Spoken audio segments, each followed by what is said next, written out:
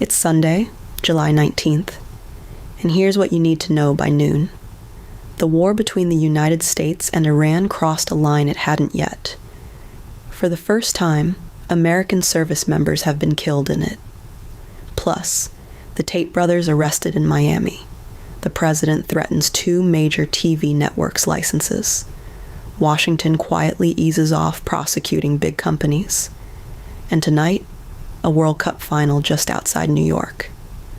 Let's get into it. We start with the war, because it just became personal for the United States. On Friday, an Iranian drone and missile attack hit a base in Jordan, where American forces are stationed.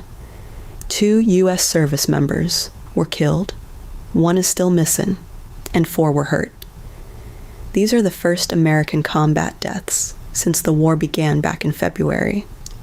The moment a distant conflict stopped being only about ships and oil. Put it on the map, and you can see how it widened. The strike didn't land in Iran, and it didn't land in Israel. It landed in Jordan, a country hosting U.S. troops but not fighting this war. That's the pattern of the last 2 weeks. The fighting keeps spilling past the 2 main combatants and onto everyone around them, from Kuwait's power plants to a base in the Jordanian desert. By the numbers, and soberly, the Pentagon says 16 American service members have now been killed since the war began on February 28th, with more than 430 wounded. On the other side, Iran's own authorities say at least 50 of their people have been killed and more than 500 wounded in U.S. strikes over the past 3 weeks. Every one of those is a family.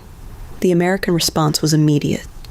U.S. Central Command launched an 8th straight night of strikes, hitting what it called surveillance sites, weapon storage, and Iran's ability to choke off shipping. President Trump called the deaths, quote, a very sad thing, and repeated that the United States will never allow Iran to have a nuclear weapon. Iran's supreme leader warned of, quote, unforgettable lessons if the strikes continue. And the diplomacy is going the wrong way. An Iranian negotiator now says Tehran is suspending its commitments to the interim deal signed just about a month ago. The fragile arrangement that was supposed to wind this down. You can see it in the Gulf and at the pump. The Strait of Hormuz is down to roughly 8 ships a day, a 3-week low, and Brent crude closed Friday above $86 a barrel. Remember, about 1/5 of the world's oil normally moves through that strait. Here's the rest of what's happening. First, a name you know. U.S. Marshals arrested the influencer brothers Andrew and Tristan Tate in Miami on a sealed warrant. The United Kingdom is seeking to extradite them on expanded rape and sex trafficking charges, covering alleged incidents stretching from 2010 to 2017. The brothers have long denied all of it, and now the fight moves to whether an American court sends them across the Atlantic to face those charges. Second, a clash over the press. President Trump threatened to pull the broadcast licenses of NBC and ABC after both networks declined to air his election security speech. His FCC chair, Brendan Carr, has already opened probes into networks that drew the president's criticism. Press freedom advocates warn that using licenses as leverage raises real First Amendment concerns. We report it. We don't referee it. And third, one you might have missed. The Wall Street Journal reports the Justice Department has pulled way back from charging corporations when their employees break the law. Recent cases involving Alibaba, EagleBank, and Abbott were closed with lenient deals. No charges against the companies or their executives. Supporters call it pro-business. Critics call it a pass for the powerful. So what should you watch? 2 things. First, tonight.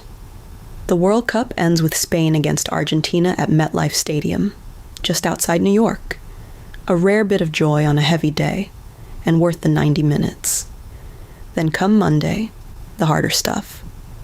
How oil opens after American troop deaths, and the Federal Reserve's meeting on July 28th and 29th, caught between cooler inflation at home and a war pushing crude the other way.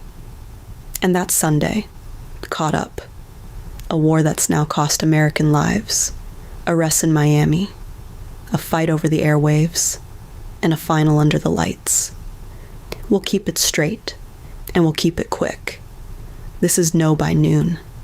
Everything worth knowing by noon. See you tomorrow.